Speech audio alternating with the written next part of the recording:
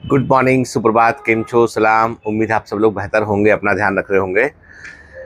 कई बार दिमाग में एक क्वेश्चन आता है कि क्या हमें मोह माया त्याग देना चाहिए। मतलब अटैचमेंट जो होता है ना, बहुत सारे लोग आपसे बोलते हैं कि सभी दुखों का की वजह जो है वो मोह माया है। भगवान बुद्ध भी यही कहा करते थे, लेकिन भगवान बुद्ध जो कहते थे वो थोड़ा डिफरेंट था। ठीक है, हम लोग जो समझते हैं वो थोड़ा डिफरेंट समझते हैं। ठीक है ना।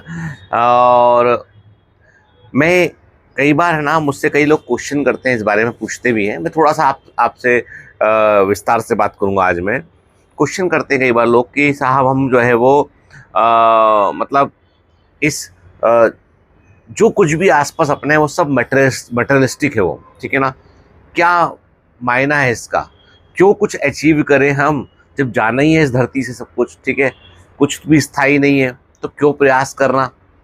ऐसे बहुत सारे क्वेश्चन उठते हैं और आप देखेंगे कि कई जगह लिखा भी हुआ है, कई ग्रंथों में भी लिखा है, सब में लिखा है साहब। ठीक है, तो लेकिन यदि आप देखेंगे गौर से, आप पाएंगे कि जो है एक बड़ी इंपॉर्टेंट कॉन्सेप्ट जो है वो ये है कि गृहस्थ आश्रम जो होता है, जो व्यक्ति की मैरिज होगी होती है, बच्चे होते हैं, परिवार में रह रहा होता है, वो सबसे बड़ा आश्रम कहा जाता है।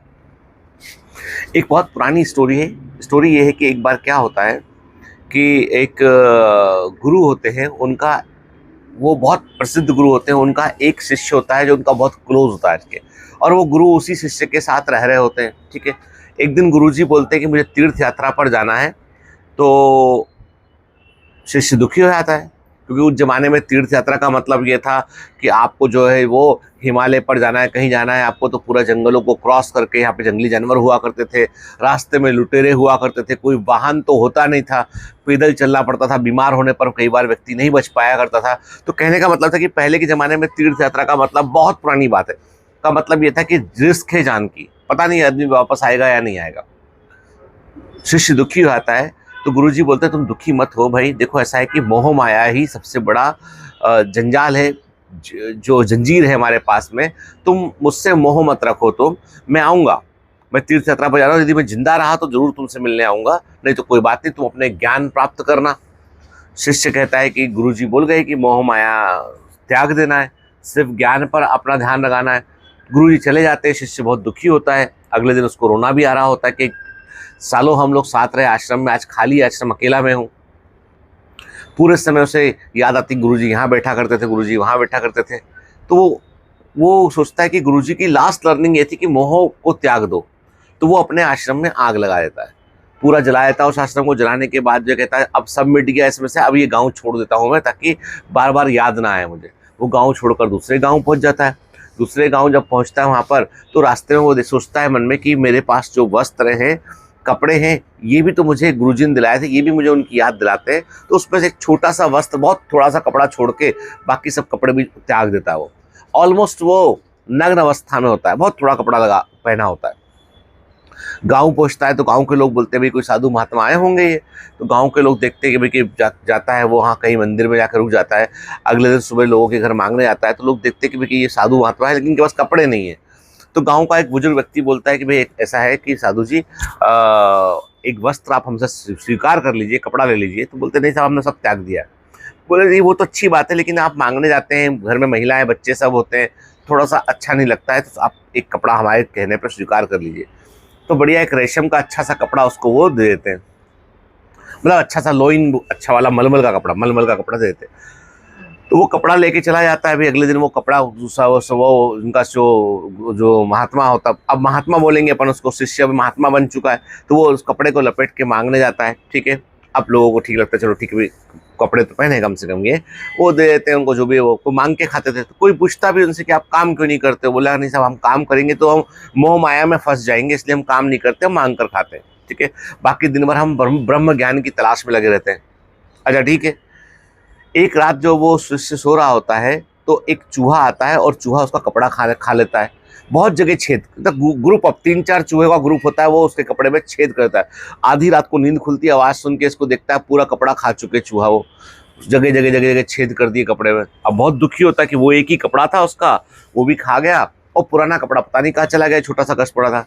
तो किसी प्रकार से वो आधी रात को उठकर जो है उस कपड़े को पेबंद लगाते हैं, पत्ते, अब कुछ कपड़ा तो होता नहीं, तो पत्तों को जो है वो हरे पत्तों को लगा के किसी प्रकार से वो तैयार करता है कि सुबह मांगने जाना, भूख तो लगी है, सुबह सुबह मांगने जाता है। गाँव के लोग तो अरे महात्मा जी का तो पूरा कपड़ा फट गया है, पत्ते लगा रखे उन्होंने।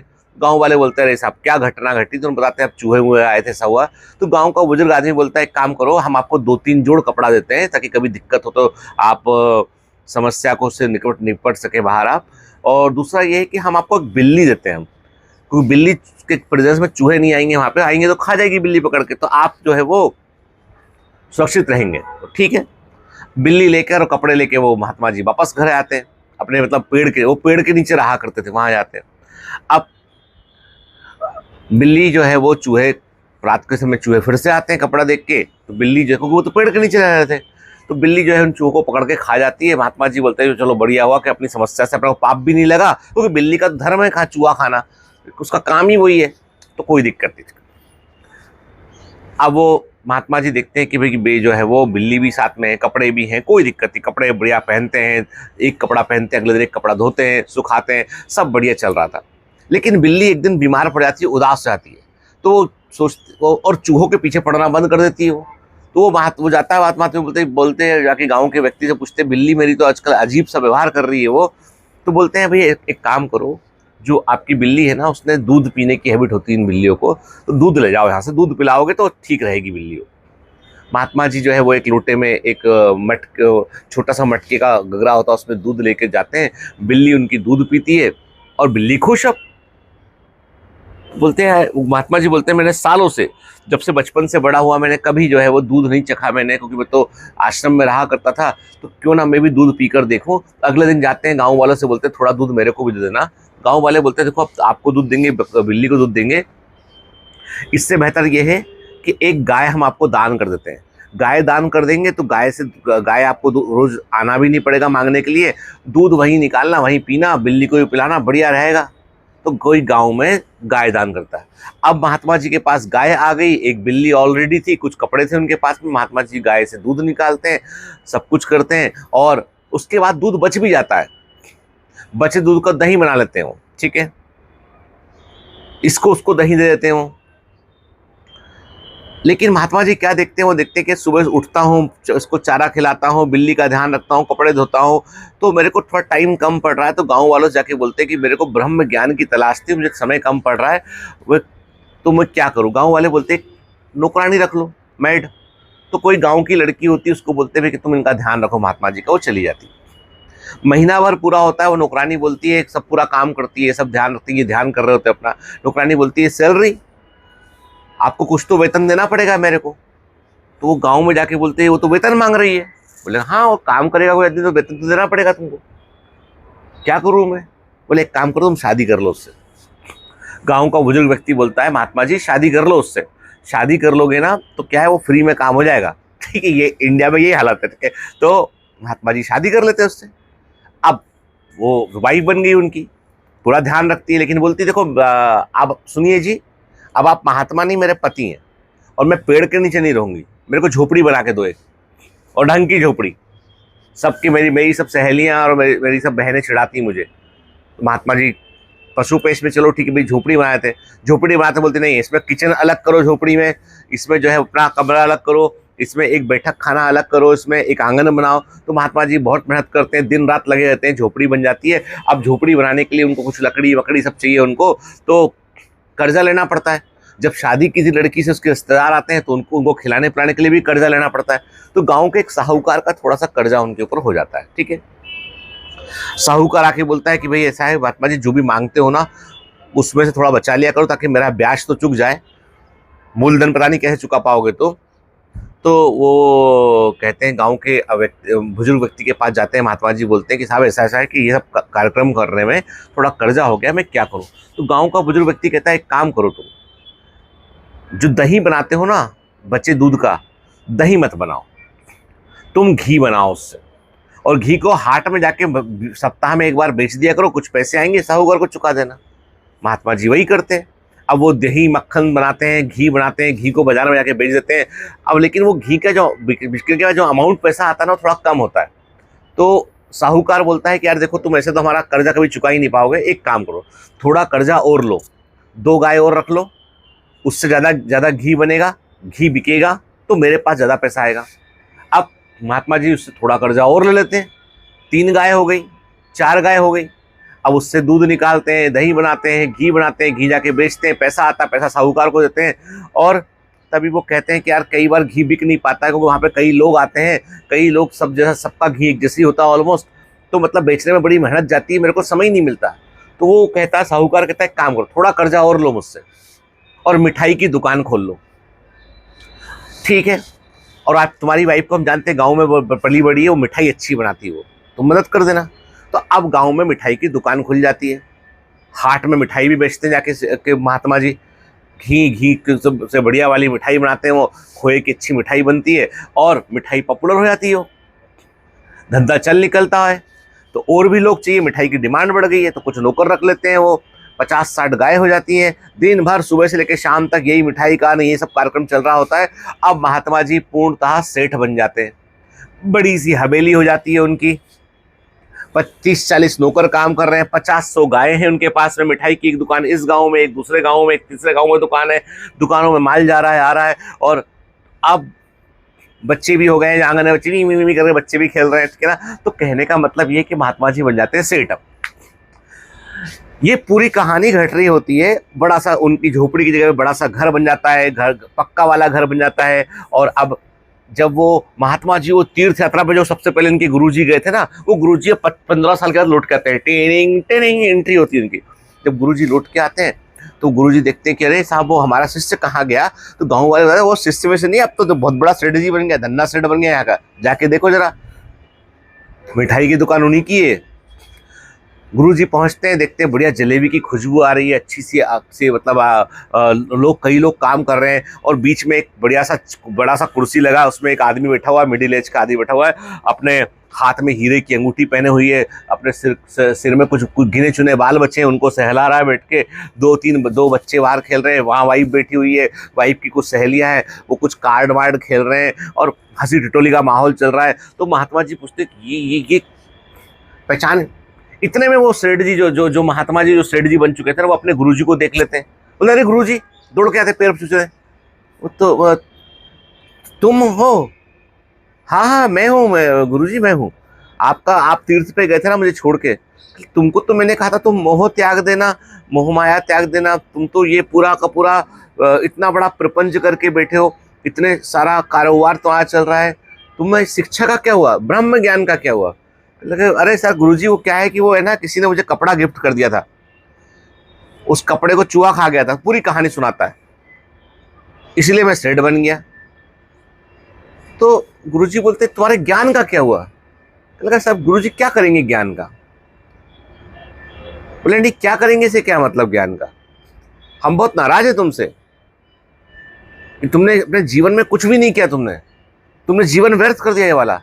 बोले गुरुजी एक बात बताओ मेरे को, जब आप निकले यहाँ से तीर्थ यात्रा के लिए, मैं बहुत सम्मान करता हूँ आपका, अकेले थे आप, निकले, पूरा घूमे आपने ज्ञान प्राप्त किया, आपको बहुत शांति का अनुभव हुआ, आपको अच्छा लग रहा है, ठीक है। थोड़ा बहुत मोह मेरे से होगा तो आप मुझसे मिलने भी आ गए, थोड़ा बहुत आप सब करके आ गए, इससे आपकी जिंदगी में क्या फर्क पड़ा? आपको ज्ञान मिला, शांति मिली, अच्छा लगा आपको, यही हुआ ना। लेकिन 1 मिनट के लिए सोचो आप, मैं यदि आपके साथ शामिल इस समय हो जाऊं, 50 लोग जो मेरे यहाँ काम कर रहे हैं, उनके परिवार, हर एक के परिवार में 5 लोग हैं, 4 लोग 5 लोग हैं, 200 लोग वे प्रभावित होंगे। जो 50 गाय का मैं ध्यान रख रहा हूं, उसका गायों का पूरा कुनबा वो प्रभावित होगा। जिन मिठाइयों को लोग जो है वो त्योहारों में खा के सेलिब्रेट कर रहे हैं, उनको सेलिब्रेट करने के लिए वो कुछ और लेंगे, फिर वो अभी मेरी मिठाई उनके लिए लग्जरी है, उनको लगता है कि मिठाई वहां से लेके आएंगे, मजा आएगा। तो गुरुजी मुझे तो लगता है कि जो स्केपिज्म है, पलायनवाद है, ये ठीक नहीं है। मुझे लगता है कि सबसे बड़ी बात है कि गृहस्थ आश्रम में परिवार में रहकर सब रह के कर्म करके दूसरों के लिए भी कुछ करके जो मिल सकता है ना आपको यहाँ पर, वो कहीं और नहीं मिल सकता। मैं कई सारे महात्मा इस गांव में आते हैं, उनकी सेवा करता हूं, उनको मैं जो है वो जो मेरी क्षमता है उसके अनुसार दान भी करता हूं, उनके लिए सुरक्षा का प्रबंध भी करता हूं। मेरे पास सैनिक भी हैं, छोड़ के भी आते हैं सुरक्षित उनको। तो मुझे लगता है शायद मैं अकेला ज्ञान प्राप्त करके कुछ नहीं कर पाता, तो मैंने ज्ञान को छोड़ देना बेहतर समझा, बजाय इसके कि मैं कुछ ऐसा अचीव करूं जो दूसरों की ज़िंदगी को बेहतर करे। यही प्रैक्टिकलिटी ऑफ लाइफ है, यही जीवन का सत्य है। हम लोग है ना, हम उन सलाहों को लेते हैं जो सलाहें हमको कर्म करने से रोकती है। हम उन सलाहों को मानने की कोशिश करते हैं जो हमको जो है एस्केपिज्म सिखाती है। लेकिन जिन सलाहों में आपको जो है वो संघर्ष छिपा होता है ना, कि लड़ लड़ लड़ और जीत कर दुनिया बदल दे, वो सलाहें हमें अच्छी लगती है। हम बोलते हैं कि नहीं साहब वो तो ऐसा है, मोह माया है। नहीं, पहले पालो। सिद्धार्थ में गौतम बुद्ध बने, भगवान महावीर में फर्क है। उनके पास सब कुछ था, वो त्यागा उन्होंने। राजा थे, सब कुछ था, सारा वैभव था, वो त्याग कर उन्होंने वो जिंदगी चुनी। वो महान थे। कुछ है ही नहीं अपने पास में, खाली हाथ है, हमने छोड़ दी मोह माया। तो भैया कुछ नहीं छोड़ा तुमने, तुम मोह से कुछ है ही नहीं, कहाँ छोड़ दोगे तुम, ठीक है ना। तो पॉइंट है अचीव एंड देन डिसाइड कि क्या करना है आपको, ठीक है। चलिए, बहुत लंबा हो गया आज का, लेकिन बहुत जरूरी मैसेज है सारे जितने मैं दे रहा हूँ ना, क्योंकि क्या हो रहा है कि इस समय यूट्यूब रील्स उनमें ढिक के अलावा ना कुछ सीख नहीं रहा आदमी के। और OTT प्लेटफॉर्म ने तो ऐसी की तैसी कर रखी पूरी दुनिया, पूरे बच्चों के दिमाग की। तो कोई तो ऐसा होना चाहिए गुरु तो सिखाए 4 बातें, है ना। चलो हो जाओ आज के काम के लिए शुरू, ठीक है। चलो बाय बाय।